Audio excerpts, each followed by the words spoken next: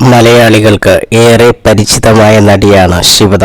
2019 പുറത്തിറങ്ങിയ മലയാളം ആന്തോളജി ചിത്രമായ കേരള കഫേയിലെ ഒരു ചെറിയ വേഷത്തിലൂടെയാണ് ശിവദ തന്റെ അഭിനയ ജീവിതം ആരംഭിച്ചത്. പക്ഷെ അതിലൂടെ നടിക്ക് വേണ്ടത്ര അംഗീകാരം ലഭിച്ചിരുന്നില്ല.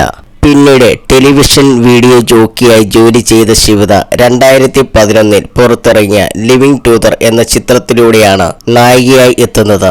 ഫാസിലായിരുന്നു ആ സിനിമയിലേക്ക് ശിവദയെ കൊണ്ടുവന്നത്. പിന്നീട് നടിയെ തേടി തമിഴ് സിനിമയിൽ നിന്നും അവസരങ്ങളെത്തി. ഇപ്പോ മഹളരത്നത്തിന് നൽകിയ അഭിമുഖത്തിൽ ഫാസിലിനെ കുറിച്ച് സംസാരിക്കുകയാണ് ശിവദ. ഫാസിൽ സാറിന്റെ പടത്തിലാണ് ആദ്യം അഭിനയിച്ചത്. അതൊരു വലിയ അനുഗ്രഹം തന്നെയാണ്. അഭിനയത്തെക്കുറിച്ച് എന്തെങ്കിലും ഞാൻ മനസ്സിലാക്കിയിട്ടുണ്ടെങ്കിൽ അത് ഫാസിൽ സാറിൽ നിന്നാണ്.